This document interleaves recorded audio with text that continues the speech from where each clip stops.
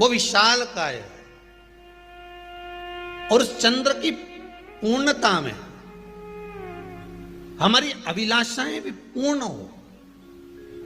आप आस्था चैनल के माध्यम से जितने लोग कथा सुन रहे हैं, फेसबुक यूट्यूब पर जितने कथा सुन रहे हैं और कुबेरेश्वर धाम में जितने कथा सुन रहे हैं, आप में से कितने लोग हैं जो पूर्णिमा का व्रत करते हैं? जो माताएं करती हो जरा हाथ उठाइए। पूर्णिमा का व्रत जो करती है, करते हो ना आप लोग? रखिए हाथ। अब पूर्णिमा के व्रत में आपने कई बार किताब पढ़ी होगी पूर्णिमा की, या आपने व्रत किया होगा, या पूर्णिमा का व्रत आप धारण करे होगे, तो उसमें पूजन कौन से भगवान की होती है? पूर्णिमा के व्रत में किस भगवान की पूजन होती है? तो कहा पूर्णिमा के व्रत में केले के खंभ लगाकर पूर्णिमा का जो अध्यापन होता है, पूर्णिमा की जो पूजन होती है, उस पूजन में शंकर और पार्वती की पूजन की जाती है, शिव और नारायण की पूजन करी जाती है, शंकर और पार्वती का स्मरण किया जाता है। किसकी पूजन होती है? शिव पार्वती।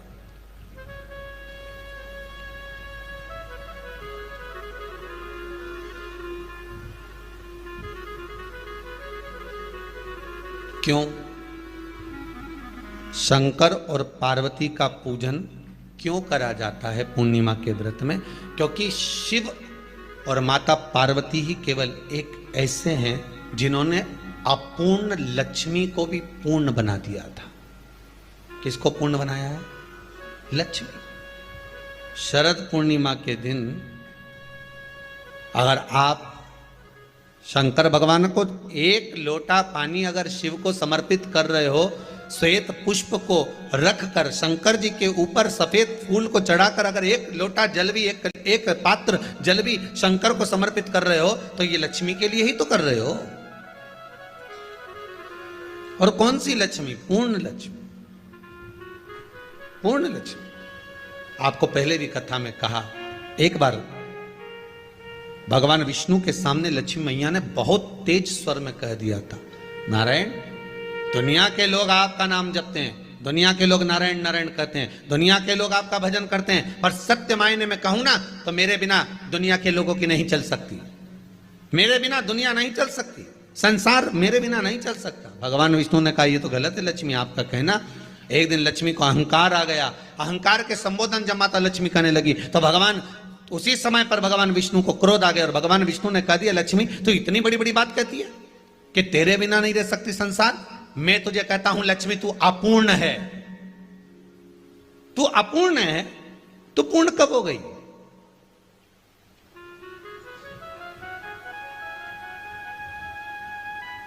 तेरी पूर्णता कहां हो गई?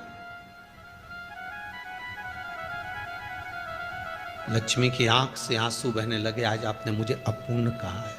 आपको मालूम है आप मुझे अपूर्ण कह रहे हो? आपको यह ज्ञात हो रहा है आप मुझे अपूर्ण कह रहे हो?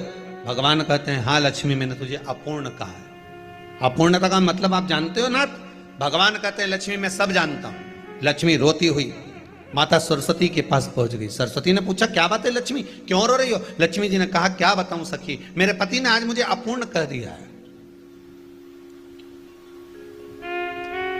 तो क्यों रो रही है तू? अपूर्ण अगर कह दिया, पति ने ही तो कहा है ना, तो क्यों रोना? चल मेरे साथ। और सरस्वती मैया माता लक्ष्मी को लेकर सीधे पहुंच गई माता पार्वती के यहां। माता पार्वती के यहां जब पहुंची, माता पार्वती ने लक्ष्मी जी को देखा और सरस्वती को देखा तो पूछा कि बात क्या है, क्या हो गया ऐसा, क्या हुआ, क्या है ऐसा जो तुम दोनों आज मेरे पास में आई हो? क्या हुआ? पार्वती जी कुछ बोलती, शिव जी का ध्यान माता सरस्वती की ओर और लक्ष्मी की ओर गया और भगवान शंकर जान गए कि आज भगवान नारायण ने लक्ष्मी जी को अपूर्ण कहा है। अब देखें माता पार्वती क्या कर सकती है, इसको पूर्ण बनाने के लिए करेगी क्या? क्या हुआ? माता सरस्वती जी बोली, लक्ष्मी को अपूर्ण कह दिया। अपूर्ण कह दिया? हाँ, तो क्या सोचना उसके लिए, इसको मैं अभी पूर्ण बना देती हूं। माता जगत जननी पार्वती ने गोदी में विराजमान गणेश जी को उठाया और उठाकर लक्ष्मी जी की गोद में दे दिया। ले लक्ष्मी, आज से तू पूर्ण हो गई। लक्ष्मी, आज से तू पूर्ण है।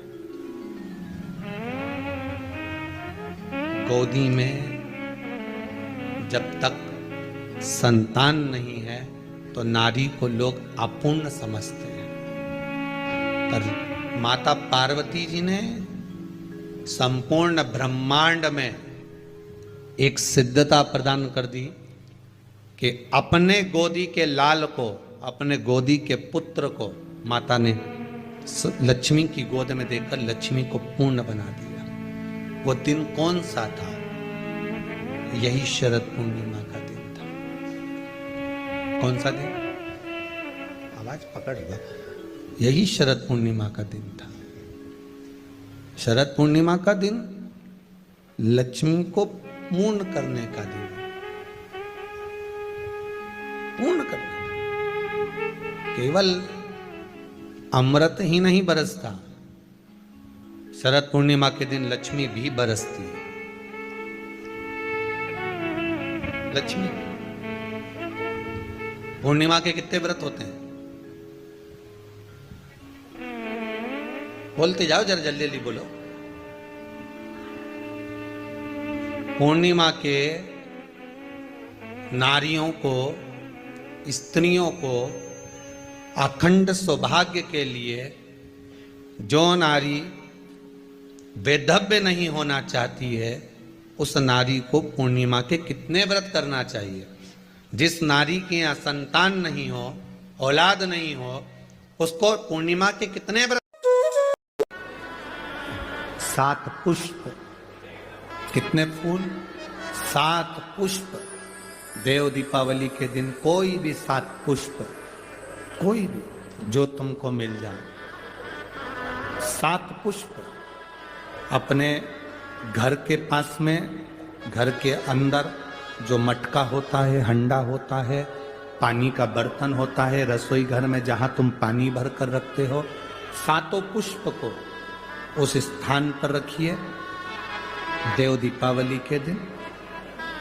और देव दीपावली के दिन सुबह के समय पर अपने उस परिंडे की जगह पर, मटके वाली जगह पर, हंडे वाली जगह पर रखकर 7 घी के दीप रसोई घर के अंदर प्रज्वलित करिए। 7 दीप की पूजन करिए और पूजन कर कर वो 7 पुष्प जब दीप ठंडे हो जाएं, पूर्ण तरह से आनंद के साथ सुबह के समय जब आप पूजन कर लें, उन 7 पुष्प को दिन भर में से कभी भी देवाधिदेव महादेव के दरवाजे पर, शिव के दरवाजे से मतलब है शंकर के ऊपर, अगर शिव के मंदिर नहीं जा सकते तो बेलपत्री के नीचे, बेलपत्री के नीचे भी नहीं जा सकते तो पवित्र नदी के तट पर, या पीपल के वृक्ष के नीचे, या आंवले के वृक्ष के नीचे वो 7 पुष्प को अपनी कामना कर कर लक्ष्मी प्राप्ति के लिए कुछ देर रख दें। रखने के बाद 1 पुष्प उसमें से वापिस बाबा से कुबेर भंडारी का भंडार भरने के लिए लेकर आए, उसको अपने पास में रख कर देखना, अगले साल जब देव दीपावली आएगी तब तुम्हें याद आएगी कि बाबा ने भंडार भरा, खाली नहीं रखा। तो 7 पुष्प 7 दीप, सुख देने वाली देव दीपावली का वर्णन कल की कथा में हम स्मरण करेंगे, उसको सुनेंगे हम उसको। सहज नहीं है शिव। आप देता हूं, पृथ्वी पर तुम्हें अश्वी बनकर जन्म लेना पड़ेगा, घोड़ी बनकर जन्म लेना पड़ेगा। लक्ष्मी जी हाथ जोड़कर पति के चरणों में नमन करने लगी, आप मुझे क्षमा करो। नारायण कहते हैं तुम्हें जाना पड़ेगा और आज का दिन तुम मृत्यु लोक में जाओगी, पर कल तुम्हें अश्वी बनकर जन्म लेना ही है। लक्ष्मी जी उसी समय पर वैकुंठ से, स्वर्ग से पृथ्वी पर आ गई। जब पृथ्वी पर लक्ष्मी जी आई, लक्ष्मी जी ने देखा, जैसे पृथ्वी पर आकर लक्ष्मी जी देख रही कि बहुत घोर अंधेरा है, भयंकर अंधेरा।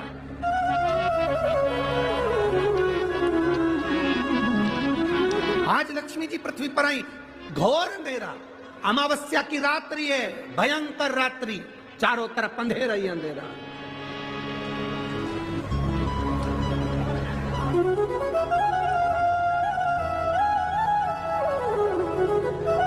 लक्ष्मी जी पृथ्वी पर आते से मृत्यु लोक में जब भ्रमण करने लगी, और भ्रमण करते करते लक्ष्मी जी ने विचार करा मैं कहां जाऊं, एक रात्रि की बात है, आज मैं इस अंधेरे में कहां जाऊंगी, रात्रि का समय था। लक्ष्मी जी भ्रमण करती हुई चारों तरफ दिख रही थी, सबके दरवाजे बंद थे, सबकी खिड़कियां बंद थी, सबका द्वार बंद था, कहीं लक्ष्मी जी को जाने की जगह नहीं मिली। एक दरवाजा खुला था और वहां पर एक मिट्टी का दिया जिसमें से प्रकाश टिमटिमा रहा था। लक्ष्मी जी उस घर के अंदर प्रवेश करी। एक बूढ़ी माँ बैठी कपड़े को सिल रही थी। बूढ़ी माँ वस्त्र बना रही थी। एक बूढ़ी माँ वस्त्र बना रही है, बूढ़ी माँ कपड़े को सिल रही है। अब लक्ष्मी जी यहां अंदर जाकर बूढ़ी माता को नमन किया, प्रणाम किया। लक्ष्मी जी ने कहा मां, क्या मैं एक रात्रि आपके यहां रुक सकती हूं? बूढ़ी मां काम में लगी हुई थी, उसने गादी बिछा दी, एक तकिया दे दिया और लक्ष्मी जी को पहचानी नहीं। इतना कहा बहन आप आराम करो, आप रुको, आप रहो। मां मुझे भूख लग रही है, भूख लग रही है। कपड़ा छोड़कर मां, कपड़ा छोड़कर मां, कपड़े को छोड़कर मां उस माता लक्ष्मी को पहचानी नहीं, पर एक स्त्री के लिए भोजन ढूंढने के लिए गई। पर घर इतना साधारण सा था, बड़ी गरीब परिस्थिति का था। भोजन जितना बनाया था वो समाप्त हो चुका था। मधु अब 75 वर्ष की मां, 75 वर्ष की बूढ़ी मां, और 75 वर्ष की बूढ़ी मां और उसके विवाह में जो पिता ने शहद दिया था, मधु दिया था, 75 वर्ष की।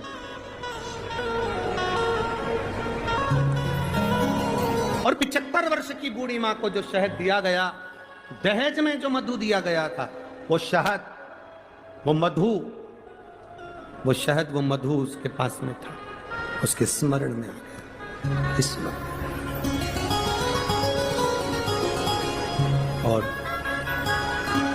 उसके स्मरण में आया कि जो मधु है मेरे पास में, मुझे देना चाहिए, परंतु वो डब्बा जिसमें मधु भरा हुआ था, जिसमें शहद भरा हुआ था, वो डब्बा ढूंढा जा रहा है।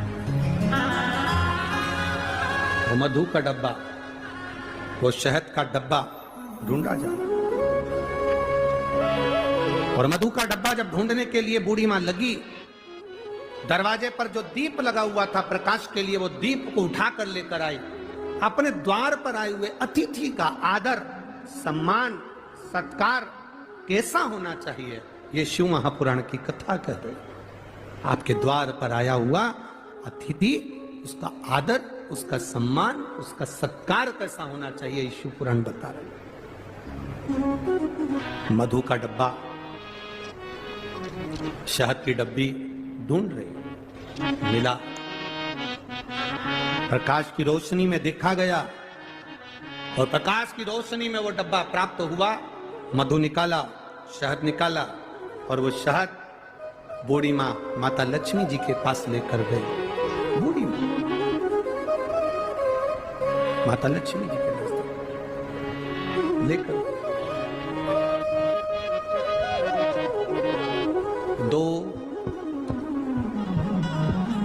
33 कोटि देवी देवता में 2 देवता ऐसे हैं जिनको मधु शहद प्रिय है, और उस मधु शहद की प्रियता में वो अपने पास का जितना वैभव होता है वो प्रदान कर देते हैं। 2 देव, एक देवाधिदेव महादेव,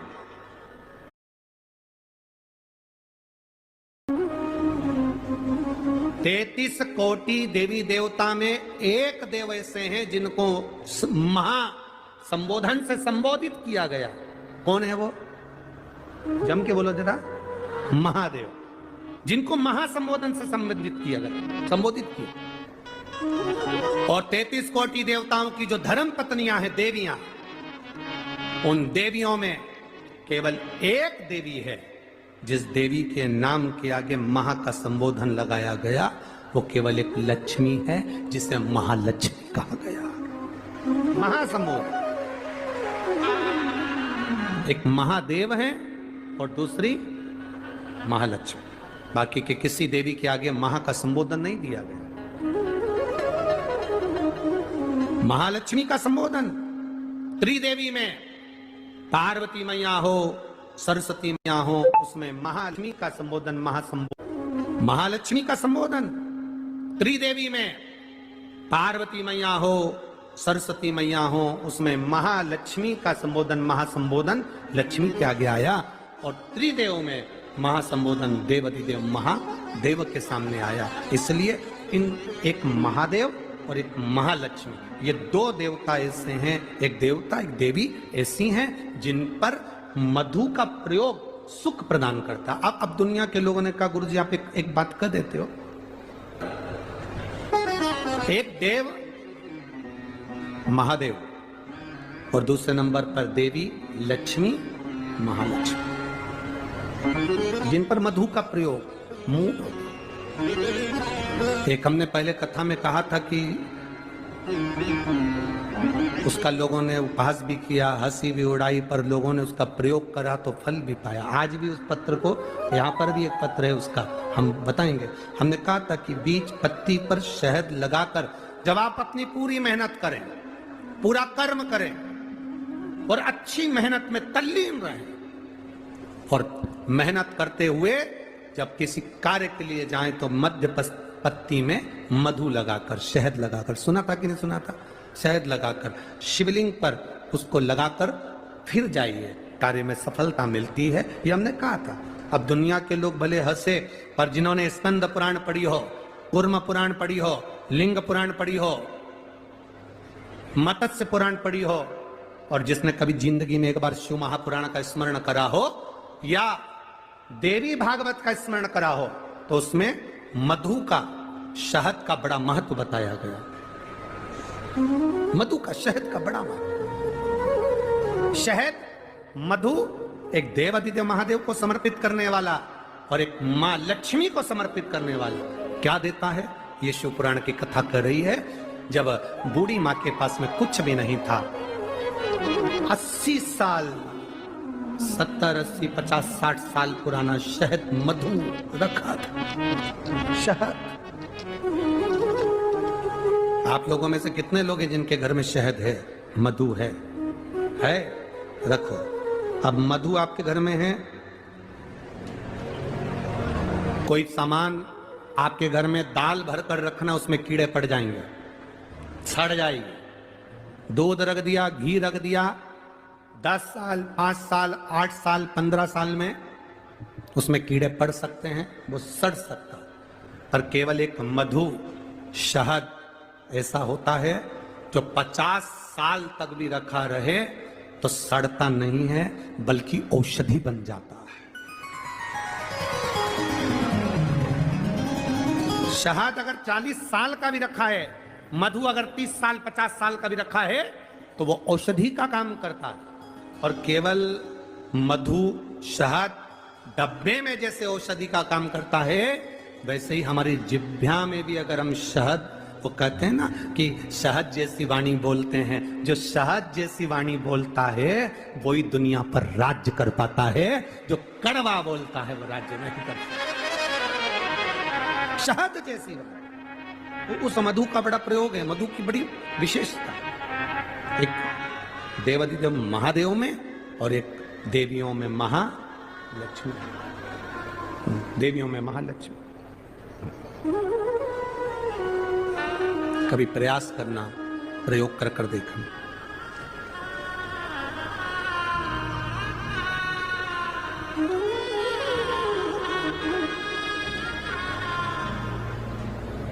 कभी प्रयास करना।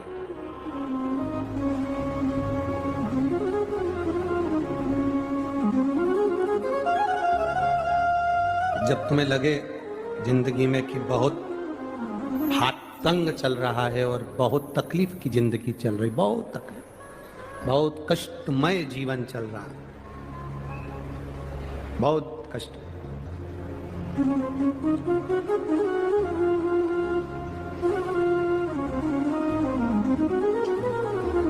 देव दीपावली आती है, कभी तुम लोगों ने पढ़ा? पंचांग में, कैलेंडर में उसका वर्णन आता है। पढ़िए देव दीपावली। अरे बोलो तो जम के, पढ़िए। एक देव दीपावली आती है, एक दीपावली, एक देव दीपावली। इन दोनों दीपावली के दिन अगर प्रयास करना, अगर बहुत कष्टमय जीवन चल रहा हो, फैक्ट्री भी ना चले, दुकान भी ना चले, व्यापार भी ना चले और कर्जा बढ़ते जा रहा हो, टेंशन ही टेंशन पूरी जिंदगी में हो रहा हो, कहीं से संपदा आ नहीं रही हो, धक्के की जिंदगी चल रही हो, तो एक बार मधु का प्रयोग कर कर देखना।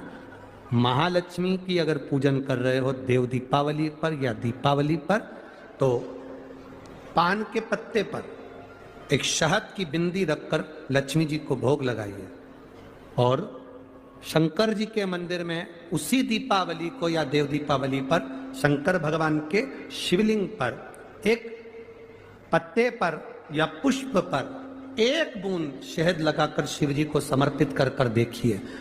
अगला वर्ष तक इंतजार करना, बाबा आपकी जिंदगी में चार चांद ना लगा दे उस मधु के बल पर, तो आनंद की अनुभूति।